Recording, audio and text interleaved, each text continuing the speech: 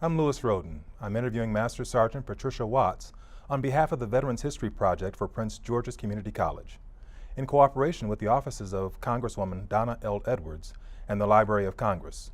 Today's date is October 9th, 2014, and we're located in the television studios of Prince George's Community College in Largo, Maryland. Included in the room are camera operators Charlotte Thomas, Zachary Goldsmith, and Maximino Ruiz. The project coordinators are Professor Teresa Dalvest and Dr. Sherelle Williams.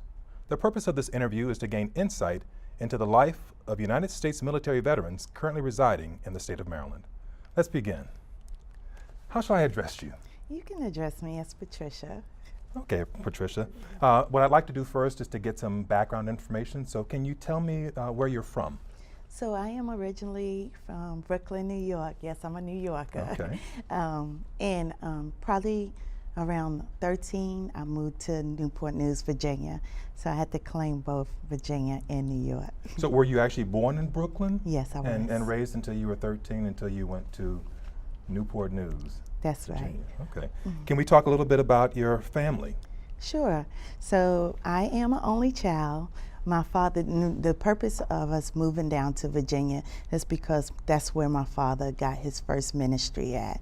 And so my father's been a preacher for over 40 years, and my mother was residing while he was in college and in a ministry school in New York, and that's how we moved. Well, she's originally from North Carolina, and she moved up to New York as a banker.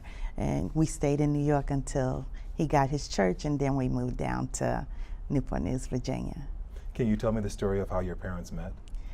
I know that while my mother was in New York, my father had came to New York and had visited the church. My mother was heavily involved in the church, and she asked him, as part of the hospitality community, to go out to dinner after church. And after that, that's all was written. Yeah. Yes. Okay. Did either of your parents serve in the military? No, I don't come from a military background.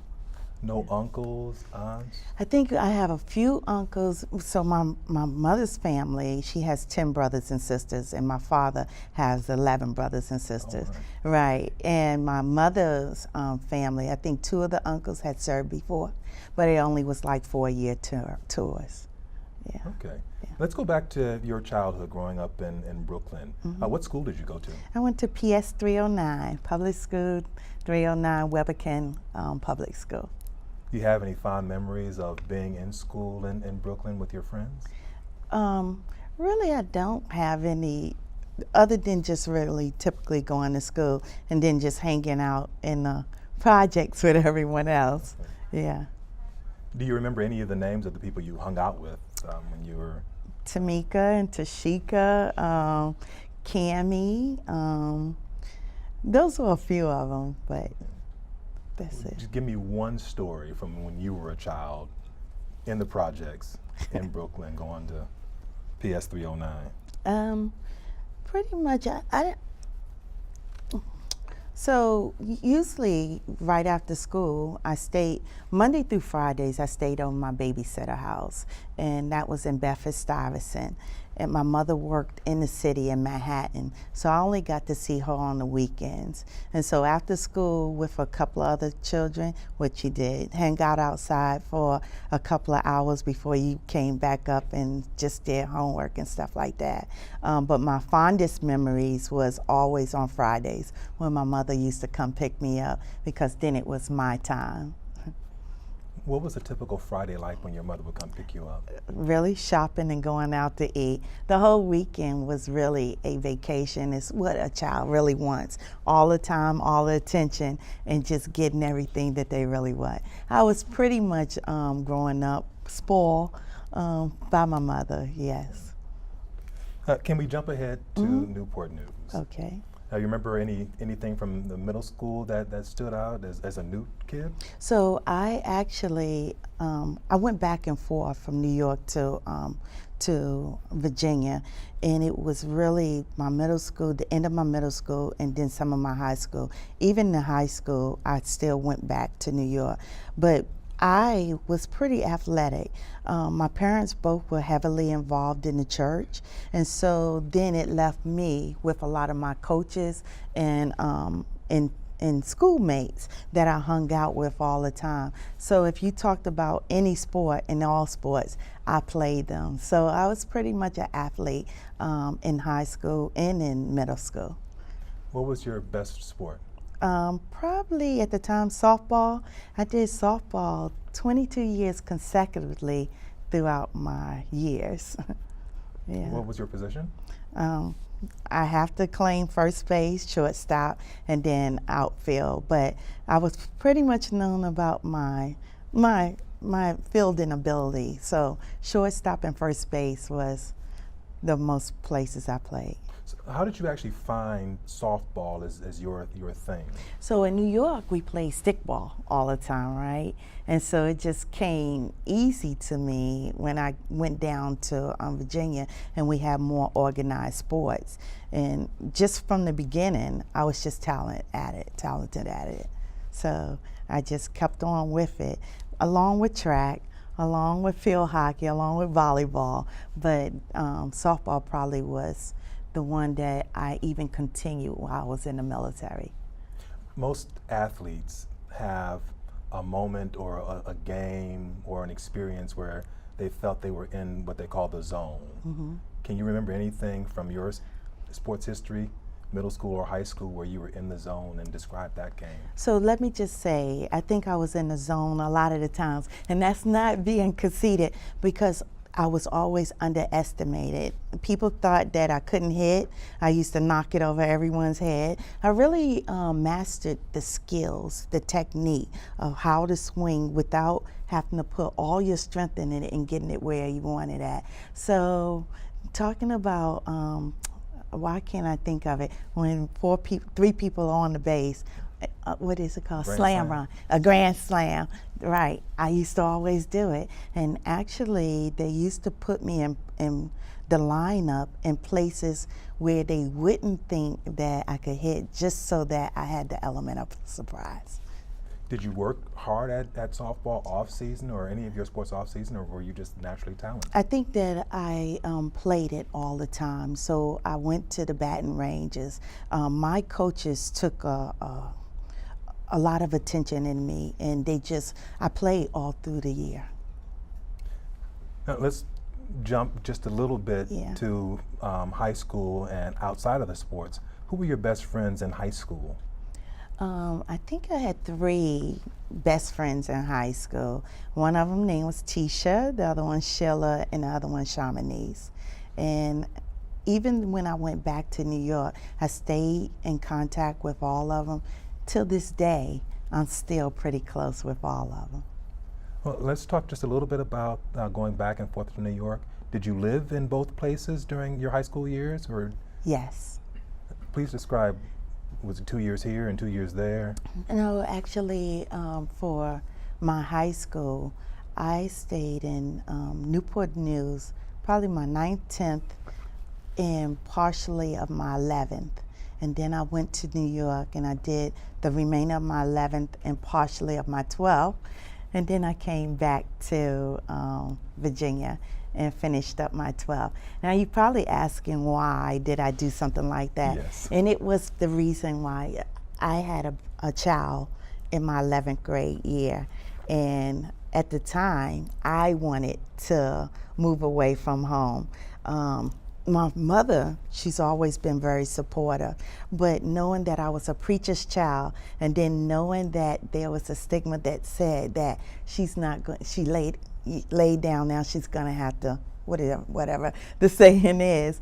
But I had something to prove. I had something to prove to myself, and that also led me into coming into the military as well. Describe how that led you to the military.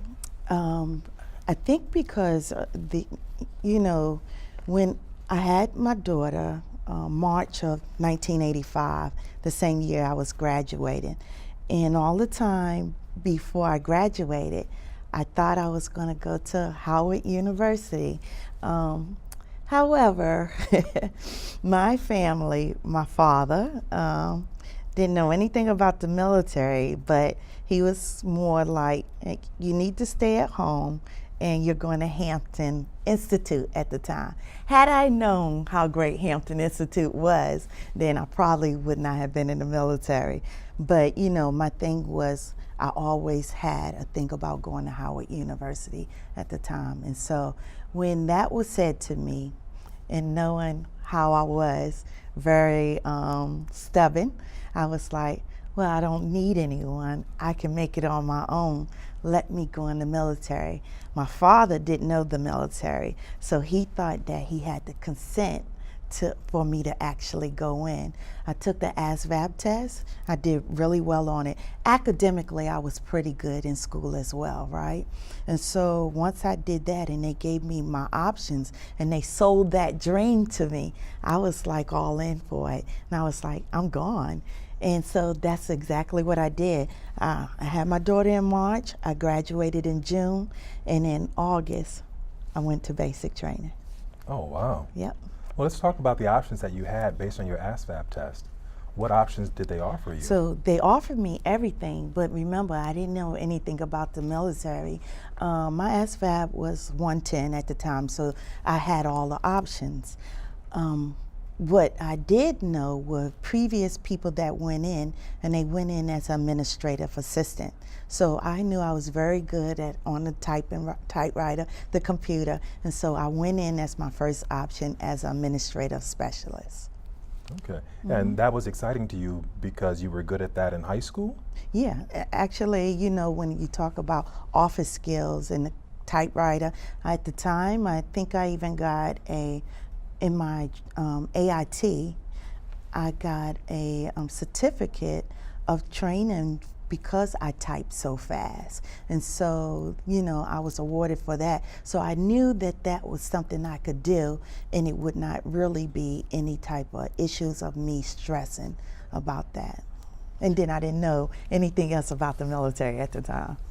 So when you think about the options you had, either Hampton Institute or your own choice of the military, what made the military more exciting than Hampton?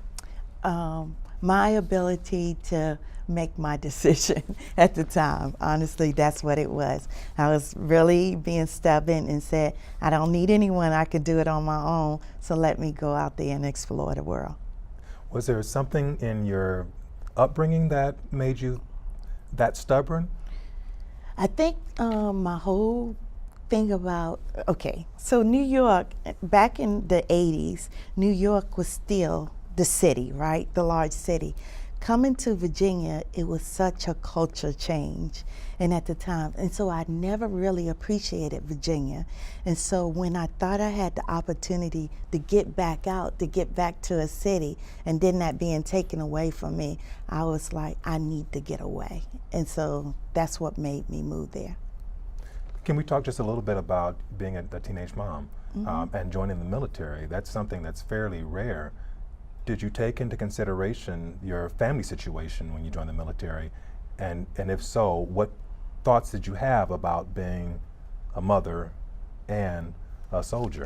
So again, here's where my immaturity came in.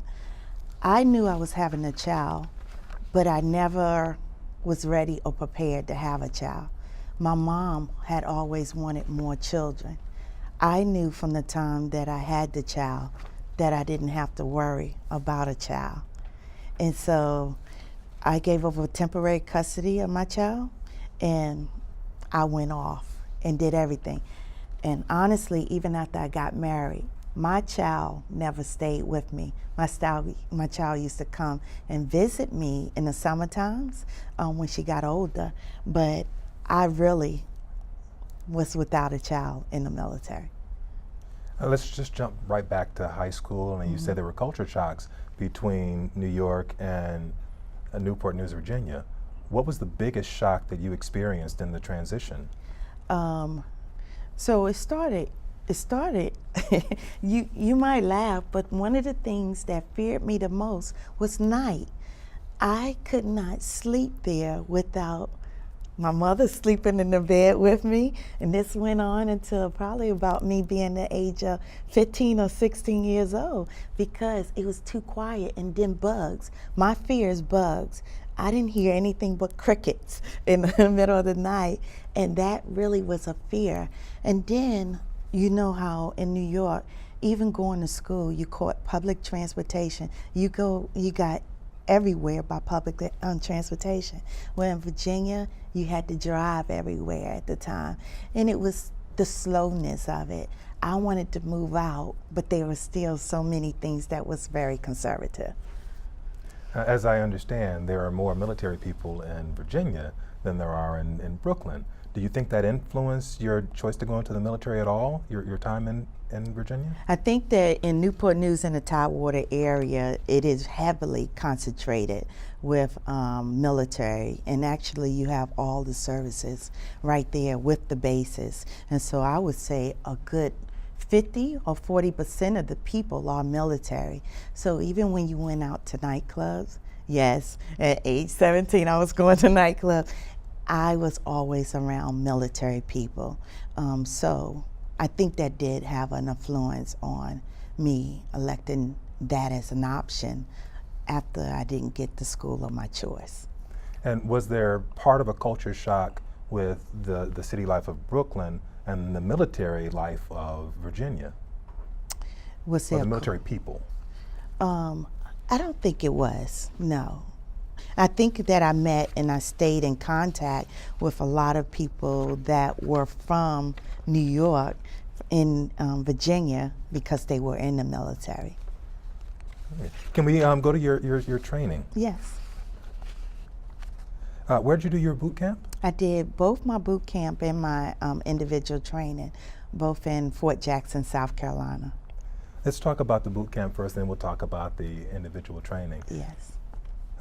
Think about traveling there for the first time. So you signed up and you're leaving home. Do you have any memories about anything as you were going to Fort Jackson? No. I think I was just excited to get there. So there was more anticipation? Yes, yeah. Did you arrive by bus or by? I did. I left from Richmond, Virginia, and I went straight to Fort Jackson, South Carolina. Did you go by yourself or were there other people? So we did the maps, and from the maps, that's the processing center, we went straight to Fort Jackson, South Carolina. Who was with you at this time? Nobody you knew? No. Okay. No anxiety whatsoever as you're going across the country to? No. So while I was growing up as well, by my mother working in the city, every summer I used to travel to my family, my grandmother's house or my aunt's house, where there was a lot of children. So me traveling alone was not a fear of mine. Had you heard anything about what boot camp was supposed to be about or supposed to be like? I think that vaguely, I just knew that it was very physical, and that was really it. I don't think I went there with any type of real fears. What do you remember most about the first few days when you got to Fort Jackson? Just everything. You was rushed. You was rushed to do everything, and you had a lot of people that was hollering at you. Can you take me back to that time? I can't take you back specifically to like the very first days, because honestly, it is a mental challenge that they try to do on you. But remember, I was a New Yorker, so I always was trying to manipulate the system anyway. And I really felt like I achieved my goals. I'm going to come back to that in a moment, Yes. but how did you manipulate the system? First of all, physically, it was not a challenge. Remember, I said I was already an athlete, right? So it wasn't really nothing that they could do physically that I wasn't prepared for. And then after you knew how to get over, then the drill sergeants were only limited to you reacting to them versus reacting to them as positive at the time. But if you didn't do what they want, there was only certain limits they could go to. So And you found these limits early? So I really did. First of all, I wasn't very loud, but I was likable. And I knew that if you got them to like you and then you were doing everything that they wanted you to do without any real struggle, then you would be kind of like selected as, you know, one of their favorites. And so they was not going to be as hard on you at that time.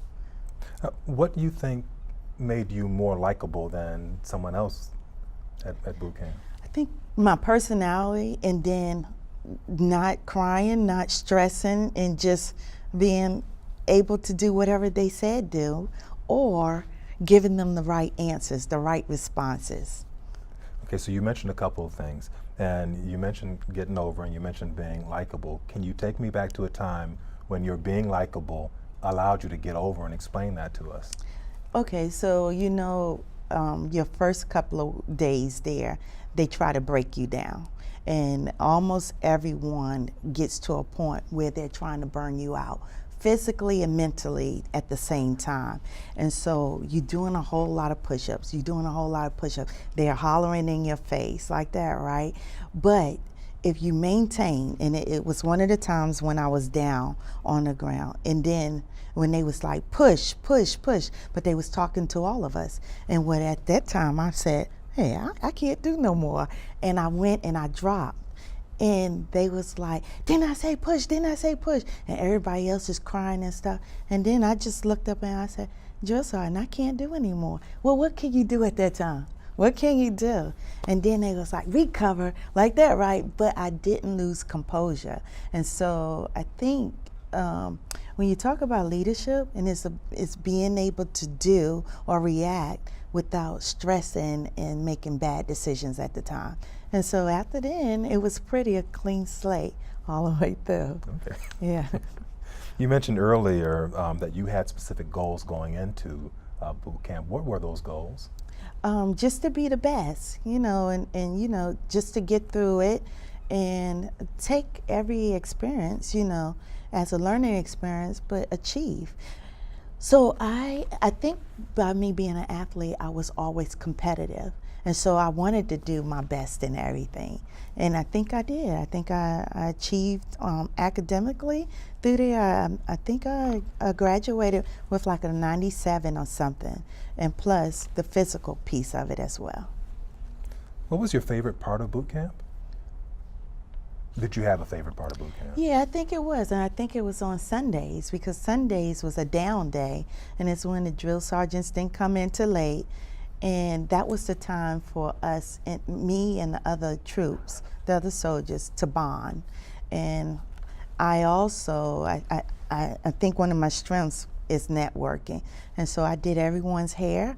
We put on makeup and stuff like that on the, you know, because, you know, they take all that stuff away from you, but you still have it. And so I just made everyone feel like a woman again. And I think that just came back at me later on when you need people to help you out with other things. Did you make a best friend during this experience? I think it was 6 of us, okay, and we was a crew, and so I had a few best friends there. Tell me about those people.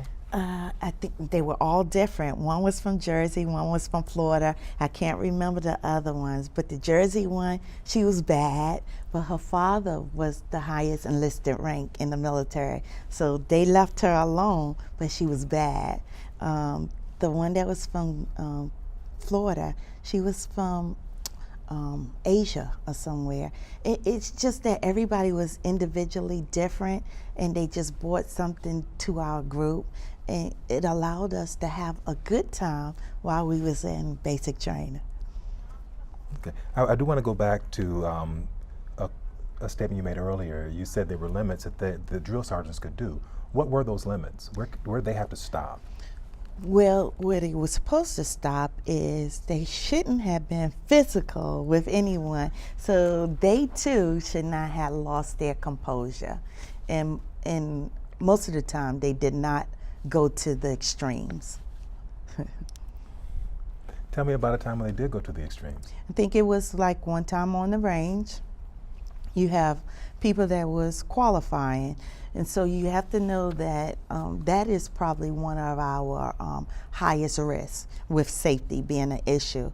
And you have to really pay attention. So from the beginning, they tell you follow instructions, follow instructions.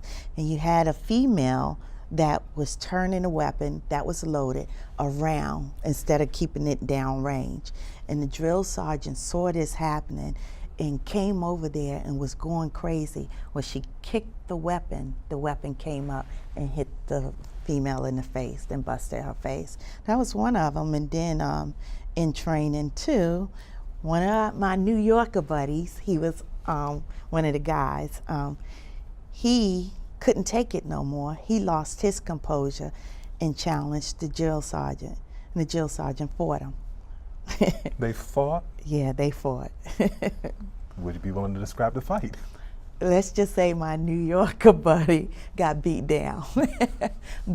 And he got kicked out because you can't do that. But they fought. Okay. I've heard that boot camp is supposed to be stressful both physically and mentally. Did you find it stressful at all? No, I think that, like I say, first of all, they can't invade your space. And if they do invade your space, then you need to tell them. You need to quote. There are manuals that you read as well, right? And so as long as you know what you're talking about and you're doing what's right, I don't think it's stressful. I know that my time there was not stressful. A lot of people break because, for one thing, it's fear. Once you are no longer fearful, then you have achieved the goal. How did your friends deal with the stress? A lot of them just broke down. You had some people that got kicked out. They couldn't take it. And then you had some that, after a time they adapted, but it took them a little bit longer. It's the same thing in the military too, right? Yeah. Really, when you think about it, in preparation for war and when you deployed for somewhere for a long time, AI basic training gave you what you needed if people would apply it. What percentage of the soldiers started in boot camp with you actually went through and became real soldiers, or what percentage actually washed out? No, I think that probably had to been probably the low 90s. We didn't have a lot of soldiers that actually got kicked out. A lot of them, some of them was because of medical, and then it was only a few because of behavior issues. Were you able to communicate with your family at all while you were in boot camp? Yeah, and I think it was the weekends. I can't remember whether or not it was at night or not, but I do know that that wasn't an issue. And how did you do that? By phone. You would call up and talk to? My mother and father, yes. How were those conversations? I can't remember, but let me just say that my mom and me have always been real close. And to this day, I talk to her all the time. When I was deployed, I talked to her all the time. So she has always been there. That's my ride or die. Okay. Was there anything similar about your environment either in Virginia or New York to the environment that you experienced in boot camp? No. What were the biggest differences? I just think that it was totally different. I knew I was at a temporary place going through a type of training, and I didn't really have that before coming into the military. The only thing that was similar probably was my Coach Q, who was my track coach. He probably was the hardest and the most disciplined, and he did a lot of hollering as well. He also used the paddle when people were, this was back in the day, but when people did something wrong, he actually, for you to stay on the team, he would paddle you. I never got paddled, but it was a lot of people that did. What do you think your biggest adjustments were to the military culture? I think the biggest adjustments to the military culture, and still one that I'm trying to adjust to now, is getting up early in the morning. That was it.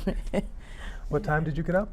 When When you were in boot camp? in boot camp, I think we got up at 5 something. Yeah. Weekends too?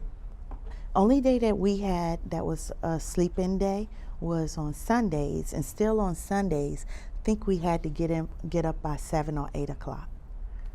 Does that mean you went to bed early? So lights were out in boot camp at 10. Yeah. And what would you do when the lights were out? What every female would do, either play around, talk, or sneak off. We did something. We were always doing something. Tell me about one of the times when No. you would sneak off. No. Not you. Tell me about when your friends would sneak off. Well, some of them had connections that were down there, and so they would probably leave the base. I don't know.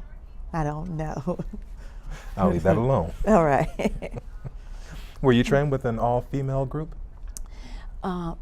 So I know that we was in a place called New Hollywood, and most of the training was all with females, but at some point I know that the guys were right there. They were not in the same platoons as us, but they were right there. How many women were you trained with? I think it was 30 or 40. And New Hollywood, is this the name y'all gave it? No, actually on the base you had different training areas, and ours was the newest complex, and so it was called New Hollywood. What was your complex like? So it was brand new, and so the living conditions were way better. It was co-ed, like what you was just talking about, and it was just a place that you would want to be. Yeah. Can you describe the barracks to me? So the barracks was still open bay, but by it being brand new, everything. So even when you had to clean up, right, it didn't take a lot of effort because everything was so new. What color were the walls? How many beds were in there? How far apart were the beds? So the open bay, and this is the real reason I can't remember about how many females was we in there with others. So you had the double beds, and it was just rows. And so you probably only had about 3 feet before you got to the next bunk bed. Yeah. And growing up as an only child, that must have been a culture shock for you. It was not, because I played a lot of sports and I traveled a lot, and then I was always in the summer around a whole lot of people. Plus, I remember Monday through Friday I stayed at a babysitter house, so I was always around people. Can we go back to your athletics, and can you do a comparison between the physical training at boot camp and the training you did for track and softball and volleyball? Yeah, so most of the things that you had to do in basic training, if you couldn't run, if you couldn't adapt to running, then you were going to have issues. Endurance. And so I think that because of my track, my softball, my field hockey, and in track we had to do a lot of cross country, even though I did short distance races. And so everything, so my endurance throughout the basic training was maintained. So I never really got physically tired. So that helped me out with my mental stability as well. Do you still train? No, and that's a problem. Okay. I try to, and I go on spurts. So I'm in a moment of, even before coming here today, I need to call my trainer because it's been about 6 months. So I've actually heard that that boot camp can be really tough, and a significant number of people don't actually make it through. What do you think about your upbringing, about your family, prepared you to not survive it, but actually thrive in that environment? I think that just what I said, the physical part, that helped me a lot. And then here's the deal. My father and I was not very close growing up, and the reason why, I remember I kept saying, me and my mother, me and my mother. And when we moved to Virginia, it was my mother and my father. And he took a lot of her time away from me. But even though we wasn't close, he still was a strong character in my life. And so a lot of the things that he said were instilled in me. And so even when you talk about logical thinking, those things I were able to do. And I think that that helped me a lot with the decision making and the responses that I were able to provide. How do you think that you are similar to your father? Stubborn. Okay. And your mother? Oh, my mom has the hugest heart. Even when people abuse her, she doesn't see wrong. So I think that I'm a giver. I'm definitely a giver. I believe the blessing that comes from giving. That's one of the reasons probably why I stayed the 22 years in the military, because it's given to your troops, right? Always knowing that you were able to make a difference. Can we talk about your drill sergeants? Mm-hmm. And I'm going to ask you a question. Were any of your drill sergeants, or did any of your drill sergeants remind you of your father in any way? Absolutely not. If I have to say this, even though I liked my drill sergeants were weak. What do you Three mean? of my drill sergeants were males. They were not used to dealing with females. So we did get over. We got over big time. And because they gave in. They gave in too quick. And so knowing how to manipulate the system, I'm telling you, we really had a real relaxed basic training. Okay. Other than the push-up incident, can you tell me about how the women manipulated the drill sergeants in a way to get over?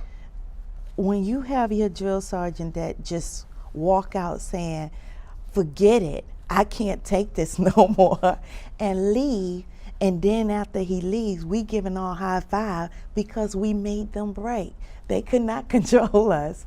They really couldn't. And I would have to say that it was failure on their part, probably trying to push more troops in at a time before they were really trained up and experienced on how to lead. Do you remember the names of any of your drill sergeants? One of them was Goldie, because he had a go-to, Drill Sergeant Sims. The female was Drill Sergeant Kimbrough. How was Kimbrough different from the other drill males? sergeants? Yeah. She didn't have any interpersonal skills, but she was very pretty, but she was very tough. I think, honestly, she had a problem with bonding. You should be tough, but you should be able to bond with your troops as well. And actually, she was the one that kicked up the weapon. I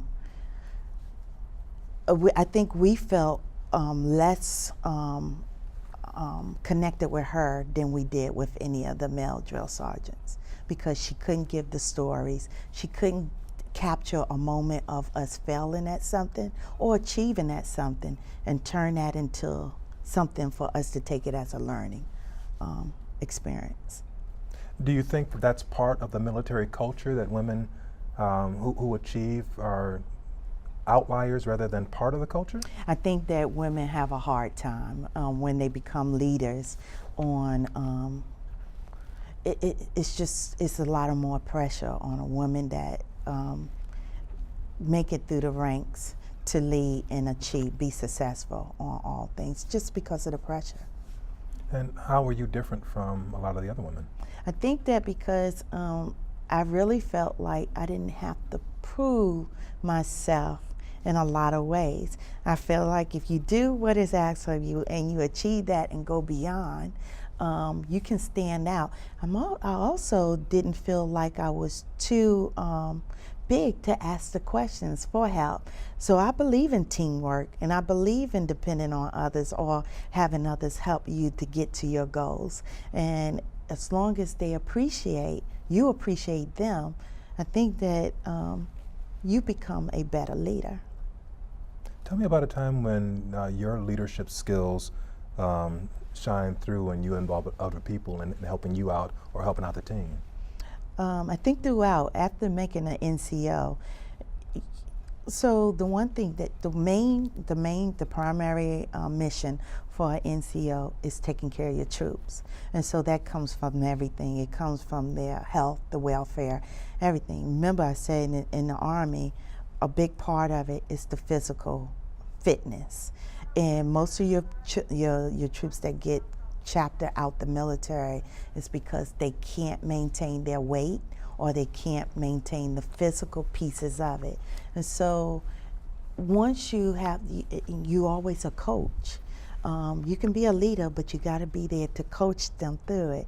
And they have to know that if you do take them down a hard path, that you still care about them. And that's it. You really have to care for your troops.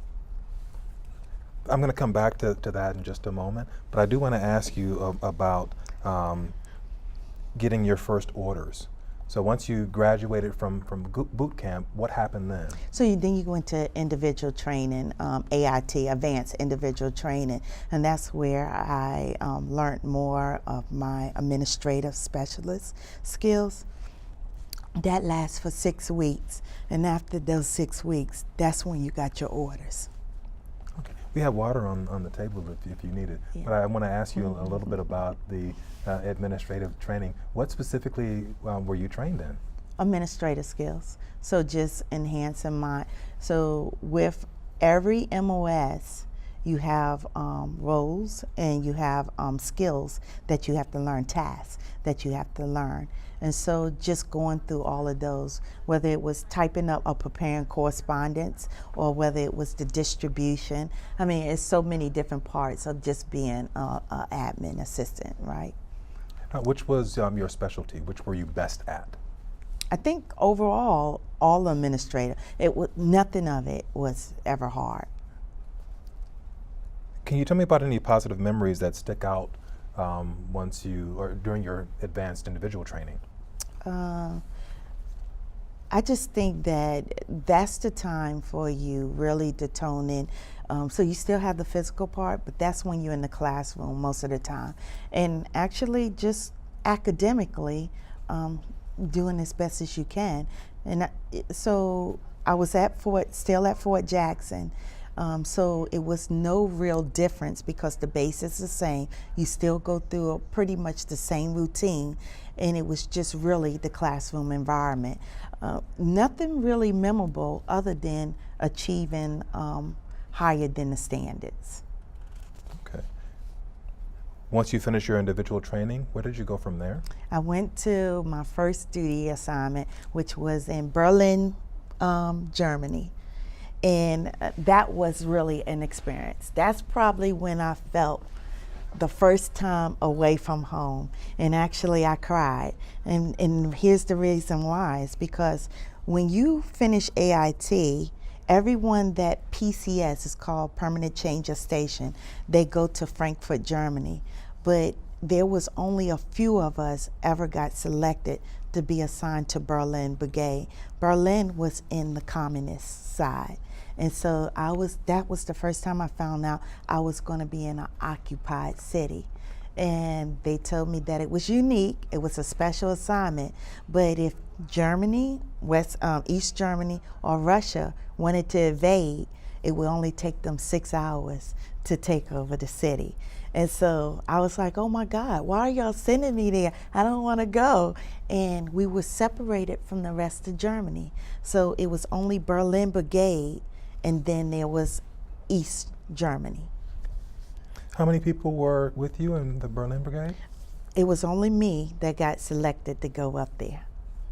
You were in Berlin by yourself? No. So when we got our orders, so it probably was about 100 of us. Yeah. I was the only one that got selected for Berlin Brigade. Up there in Berlin Brigade, I think it was 6,000 troops up there. What was the mission of those 6,000 troops in Berlin? Really, as if Russia came to take over, it was to try to defend that peace because West Berlin was the only part that was not communist. Right. And you said when you got those orders, when you got there, you did feel... Yeah, we had to take something called a duty train, and it took us at night, that we had to go through the communist country to go to West Berlin. Even when we were going through checkpoints, those was communist soldiers that were coming on, and so I was scared. So this was my first time knowing that I was not around just our allies. It was the first time being under, being in the hands of risk, danger. Can you describe one of the checkpoints, what it felt like, what it looked like? Only thing we knew that we had to travel at night at the time, and you would stop and you had to have orders, but you couldn't get off the train, you couldn't do anything, and you had to just watch them come through, and that was it. What did they look like as they were coming through? They looked like Germans, German soldiers. How were they different from the American soldiers? So at the time, remember, I didn't know a lot. Only thing I just knew that they didn't speak any English, and they were, I said German soldiers, but they looked Russian. So they dressed and they looked Russian. No one smiled, and that's all I remember. What was your favorite part of actually being in Berlin? So after I got to Berlin, Berlin was the best. Even though we was an occupied city, we got so much from the city. The city was very rich, and so even when a soldier wanted to go to school, we didn't have to pay for anything. It was paid by the city for us being there. It was little New York. It was over 5,000 bars and clubs in Berlin.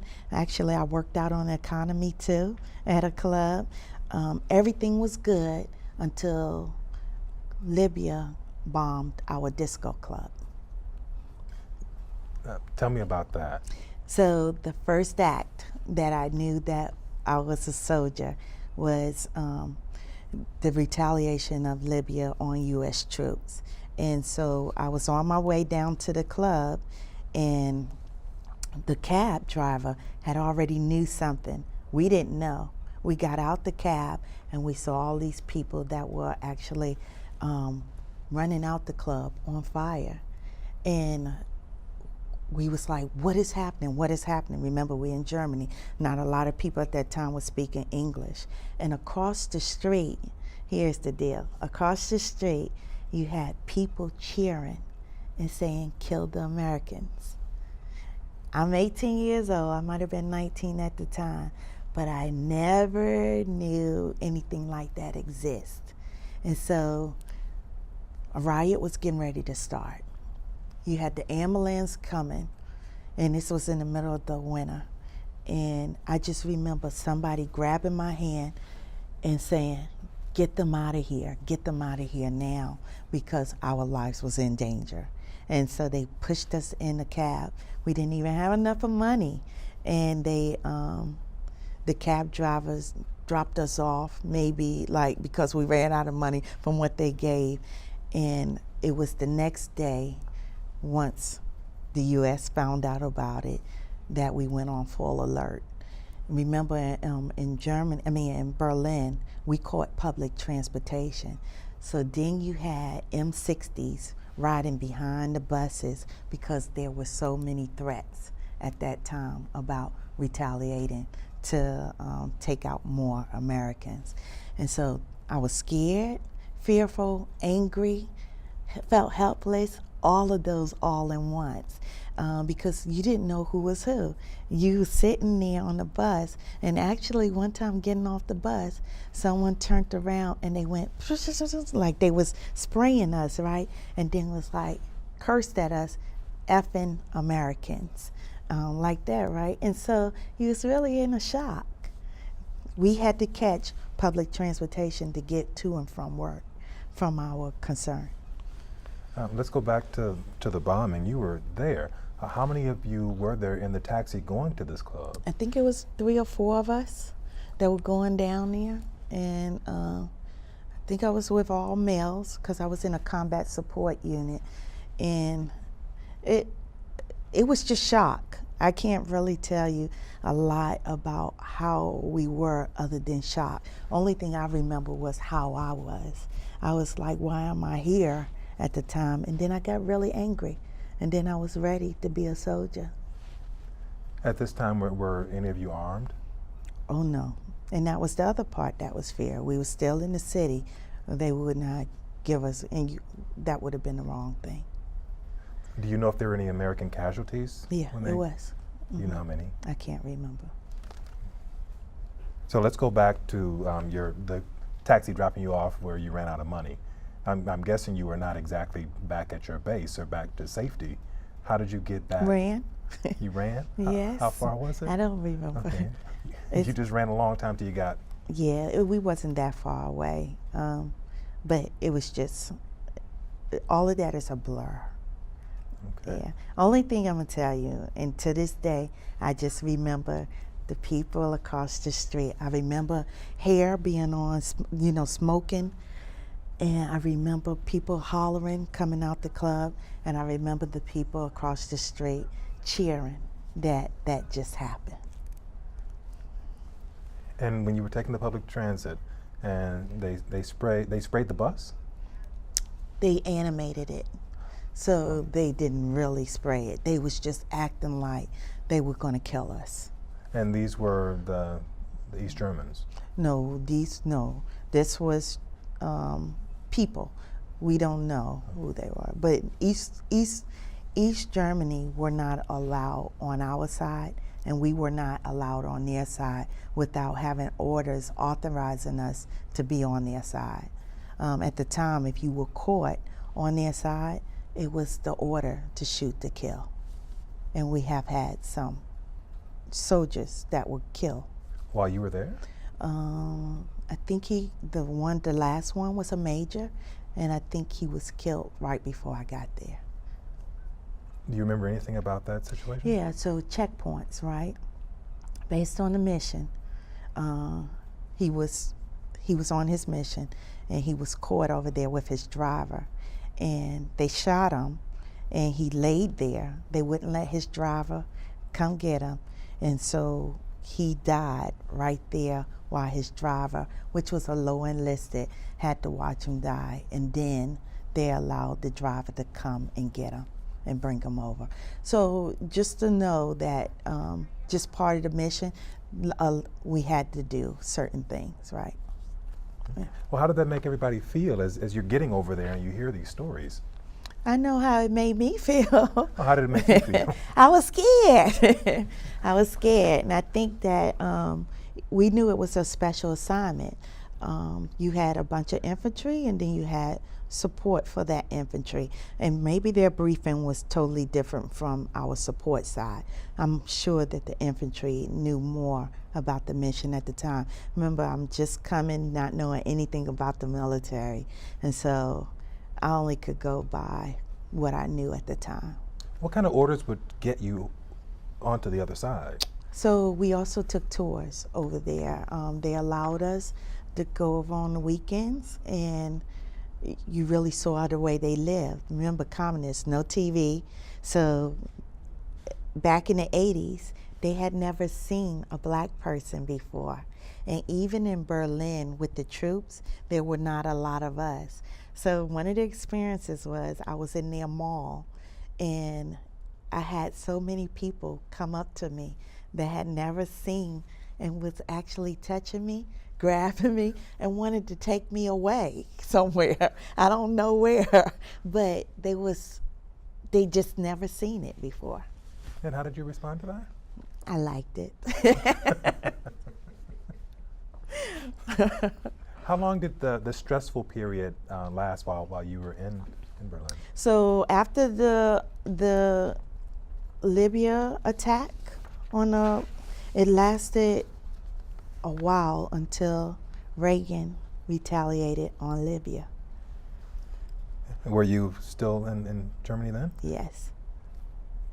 What did that day feel like? Victory. It felt really good. Just to make, so you have to look at act of terrorism, right? Act of state-sponsored badness that was happening, and just to know that America was not going to tolerate it, and we retaliated, and it just felt good. It felt good. What happened as you were learning what was going on with the retaliation in Libya? So it happened in the middle of the night, and the next morning it was blasted everywhere. It just made you feel proud to be American and proud to be a soldier. Did anything change in the culture of the city afterward? So it wasn't a lot with the city. The city wanted us there. It was just individuals that were probably not West Berliners that actually were there on based off their beliefs, and that did not alike Americans. So you always had a threat, just like you have threats here in the United States, right? Yeah. Who were your closest friends when you were in Berlin? All my what you call them, peers. At this time, I was the youngest, the lowest rank, and so I was in a combat support unit, which were pretty much all males, but they took care of me. I mean, everything from playing sports to knowing how to be a soldier. They made sure I was prepared. I didn't have any best friends because it was actually my whole company. My company took care of me. Did they sort of become your family? Oh yeah. Anytime you're overseas away from your family and loved ones, you better depend on your peers. Yeah, in the military family. The military is your family. Yeah. Are you still in contact with anyone from that group? So from that group, I know 2 people that are here from there, but that was a very long time ago. So I lost contact with most of them. With your group in Berlin, was there any appropriateness?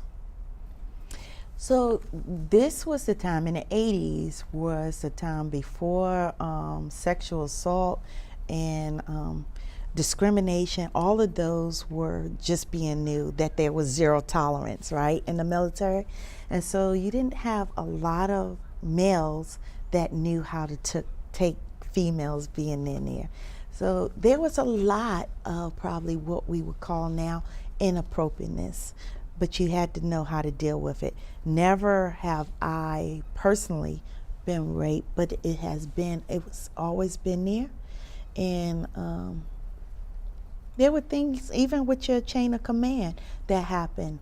And you have to, today it would not, they would probably be kicked out the military, if not even charged. Can you tell me about something that happened to you? I know you weren't raped, but something that happened to you that would have possibly gotten someone kicked out. So alcohol was a big problem back then too. And my commander was drunk. Let me just say, he probably just did some things that were inappropriate, and at the time, he probably didn't even realize, but he did come back later and gave an official apology. An official apology? Yeah, where he called me in with my chain of command and made an official apology. At the time, I didn't know it was wrong until later on I found out. Yeah, he probably shouldn't have done that. What, do you remember what he said? Just based off well, he came in drunk, and so I was on what you call charge of quarters, CQ, with an NCO, and he probably got a little bit too emotional, and was trying to get at me, and they had to pull him away. Yeah. And how did you feel when this was happening? Screaming but laughing, because I knew that I was protected. I knew it was too many people around, and just thinking that somebody was drunk and that they needed to go sleep it off. Not knowing that fraternization, not knowing the inappropriateness, all of that. Just thinking that here's this drunk man that's out of control at the moment. And the apology, what did he say during the apology? I think he was very embarrassed, and I think he was very embarrassed and knew what would happen if I would have reported it or if anybody else would have reported it. So he was very red when I went into the office, and it was very uneasy for him. But honestly, I would have to say that nothing, never to that, ever happened again. Okay. Yeah. Were there any consequences for him? I wouldn't know, because at the time I didn't know UCMJ, and I don't know if he didn't get in trouble for that. UCMJ? Yeah, Uniform Code of Military Justice, which is the legal way of imposing punishment. What do you think was different about you versus some of the other women soldiers who did experience more inappropriate behavior from the chain of command or from other soldiers? You talking about back then? Back then, what was different about you that I don't think that, so I don't think I was, and I don't want to say this because I don't want to take away from it. It is totally wrong and totally unacceptable. But I also think the way it impacts you is based off of you as an individual. I don't think trauma could happen to me. So even though things would happen, I would phase it out and didn't take it more than what it is. That might not be right? Because that doesn't deter a person from continuing on with their acts. It was just my way of dealing with it. You had it coming from everywhere, right?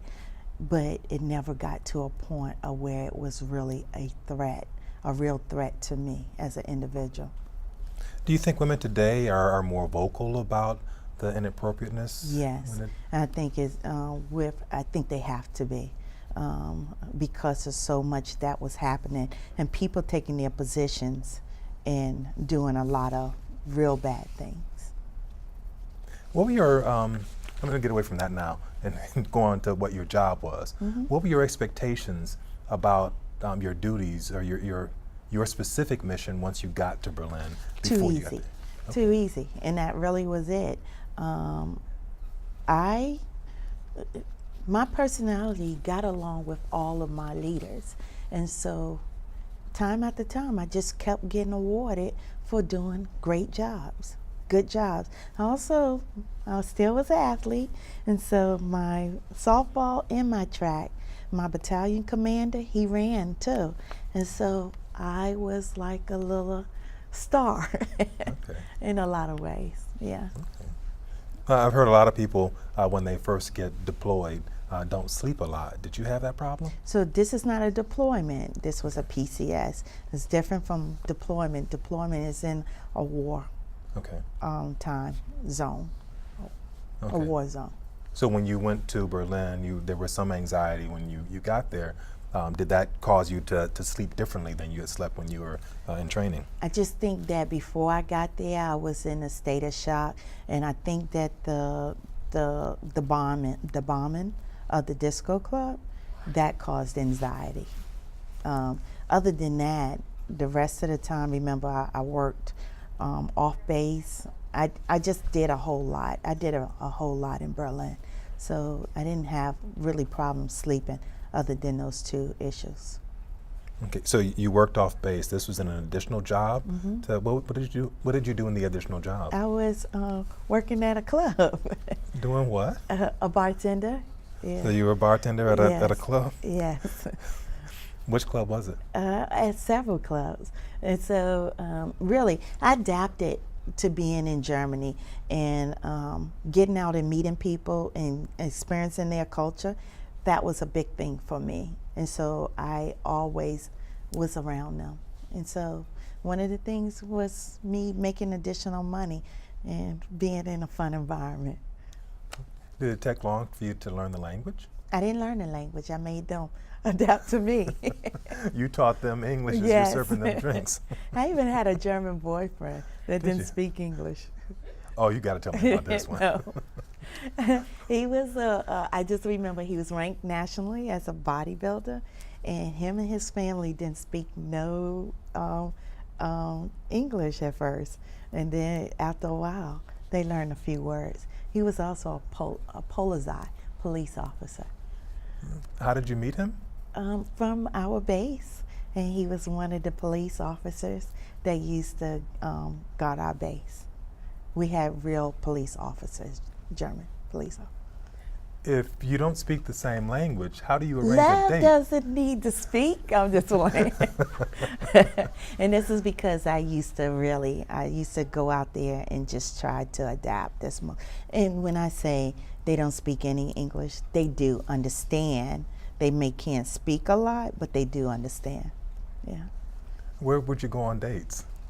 We would go to, so Berlin was a real beautiful city, and it had a lot of natural places. We had beaches. We had the downtown was just like New York. We would do a lot of those type things. I think I only went to a few German theaters, but I would bring them over to our place as well. Plus he competed, so I would go to the bodybuilding competitions. And did you get along well with his family? Yeah, his mom liked me. Are you still in contact with them? No. Now let's move to your next assignment. So how long were you in Berlin? So 2 years. 2 years? Mm-hmm. And were there any major events that took place while you were stationed there? The bombing. The bombing? Yes. Anything else? So the one thing that was on a good note, because we was in an occupied city, and a lot of leaders, government leaders used to come and visit West Berlin. The president of West Berlin would bring people to the base, and my room, we lived in a castle. My room actually was selected for one of these visits, so they gave me Persian carpets. They put all this stuff in my room, and I told them they could do this as long as I get to keep it while I was there. And so my room was really a very nice room. I probably had 20 feet ceilings, and so it was very beautiful. Can you describe the castle? Yeah, it was a huge castle, but it also was a concentration camp after the war. After the Second World War. Right, right. And your space, was that actually used as? The castle part, but then down, in the basement and stuff, that's where they kept some of the prisoners. But the rooms were gorgeous. Okay. Yeah. So let's talk about your coming home from that experience. Mm-hmm. You served 2 years in Berlin, and then you were able to come back stateside. Yes. What was that like? Oh, it felt good. It really felt good because technically, at the time, single soldiers in Berlin will only have to do 18 months. But while we were there, they extended it to 24 months. And so that was a crusher because I was ready to come home. Whenever you're overseas, you might like the experience and you make the best of it, but you always want to come home. So it felt really good to come home that first time. How often did you contact your mother while you were in Berlin? Oh, all the time. All the time. Every week? Yeah. Did she ever get a chance to meet your Berlin boyfriend? No. And your family never traveled over to No, they visit you? didn't. Okay. How did you get back home? Did you fly back to Fort Jackson? No, at the time, when you PCS to your new duty station after leave. So I went home, and then I was stationed in D.C. Was your family here to greet you as you came home? So I flew to my home. Oh, you flew home? Yes, yes. What was that experience like? Yeah, so that was beautiful. That was awesome. I mean, it feels good. Whenever you go away for a long time and you come back home, I mean, I don't know if there's a describable feeling other than you just feel love, happiness, and that bond, or even a closer bond. So you were coming home by yourself. There wasn't like your whole group. And as you got off the plane, I'm guessing your family was there? Yes. Who was there to greet you? My mother, I don't remember everything, but I don't even know if there was other church members. I can't remember. But my father's church have always been supportive. They're still very supportive. And so it was just coming home to that family. Yeah. Okay.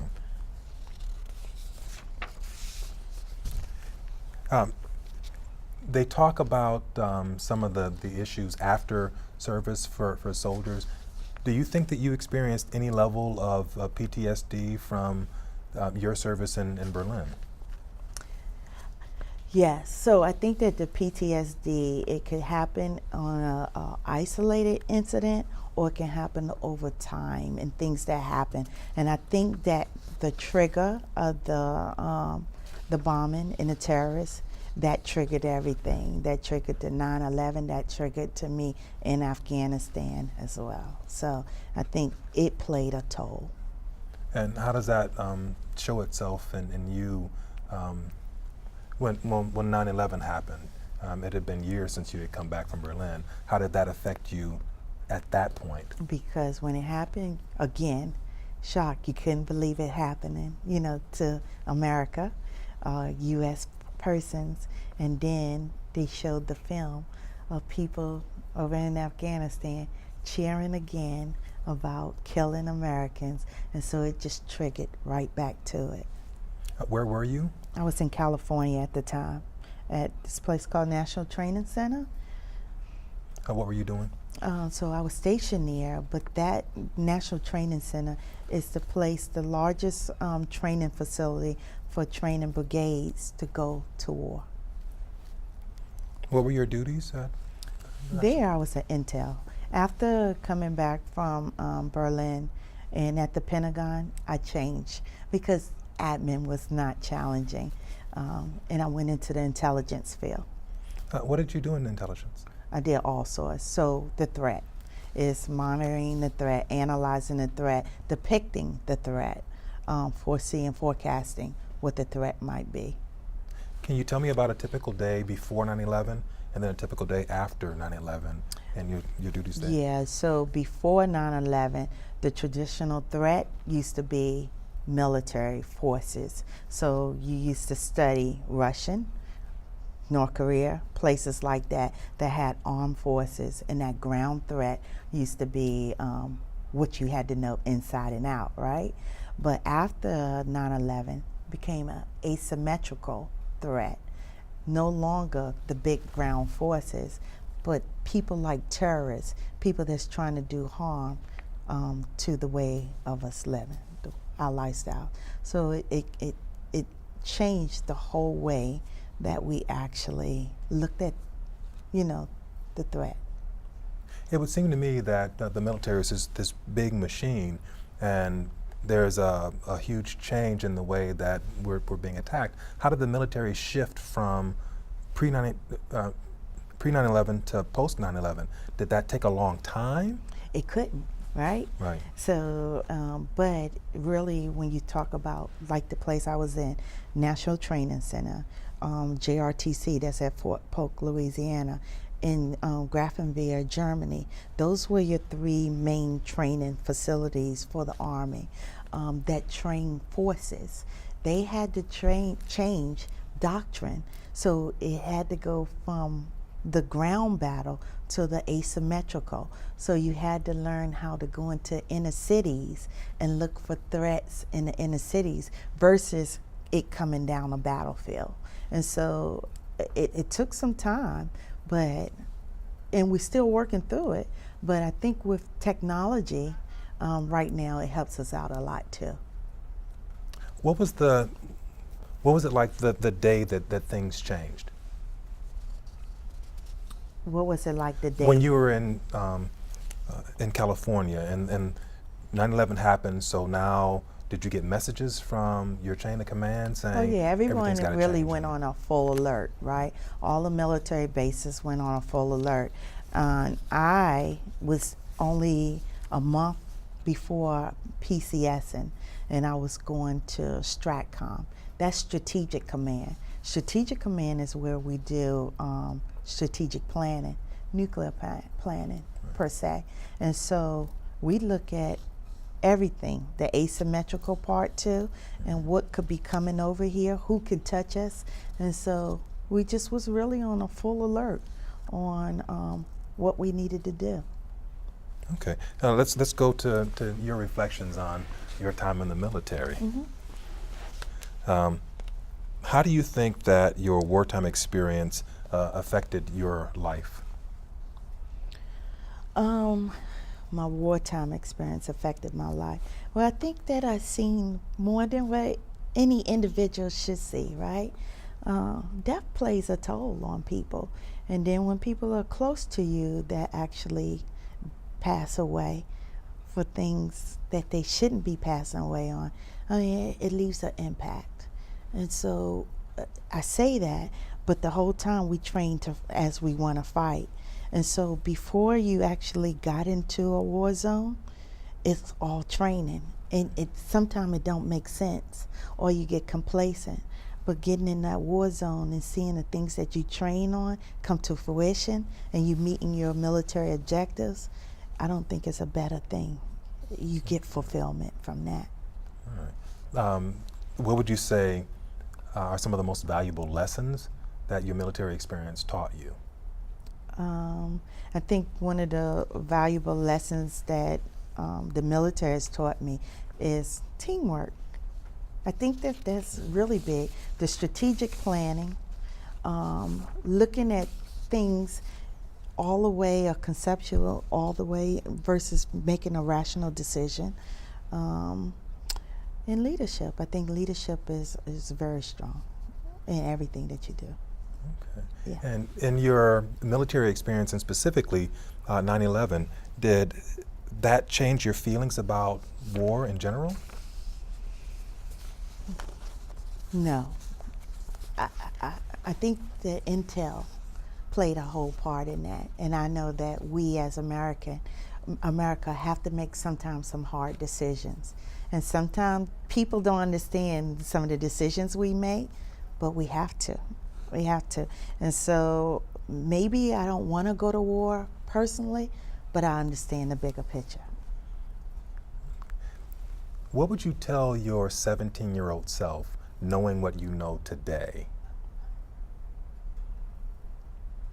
about military experience, about signing up, about what she might expect? I would tell any individual that's about to join the military to apply yourself to the best of your capabilities, of your abilities. Get something from it. Always think at everything you do in a positive nature. It's not made for everyone, right? But while you're there, capture those good things and move on. Okay. And what message might you leave for future generations who might view this interview? I would tell them to prepare yourself. You have to prepare yourself you never can get time back, right? And so if this is something that you want to do your homework, do your research, know what you're getting into, and prepare so that when you get into it, you can respond the best way you can. Okay. So do you think that there's anything that we didn't cover in this interview that maybe we should have mentioned? I think that that the military is still learning, and they're still adapting to some of the things that women have to go through.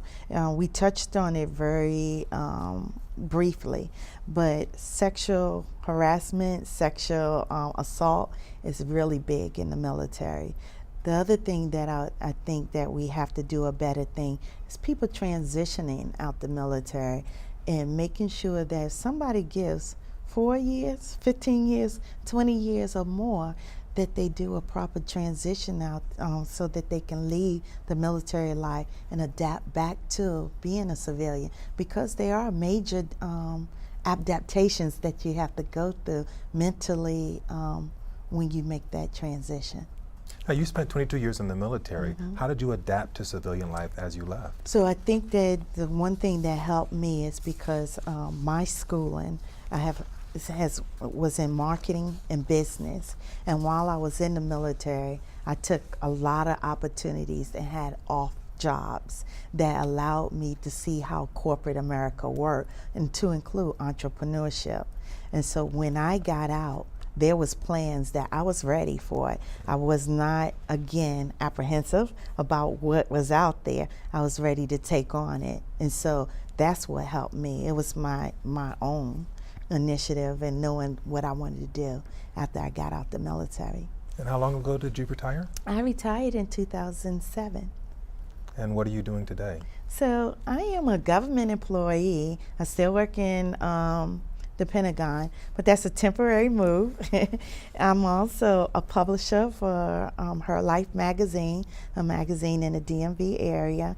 I am the vice president of an Asian American pageantry company that has the largest Asian American pageants on the East Coast. And I'm also a senior marketing director for a financial consultant broker. What do you do for the Pentagon? I'm a strategic planner for cyberspace security. Okay, and how many other jobs did you just list? 3. Okay. Is But there one those that 3 go hand in hand. Okay. Right. And how did the military prepare you for those I think experiences? cultural diversity and knowing that you really strategic planning. The military is who made strategic planning, but if you apply that to any business plan and you have a vision, objectives, and goals, you should be able to get to wherever you want it in life. Okay. Well, thank you very much for your time, Sergeant Major Watts. This concludes our interview.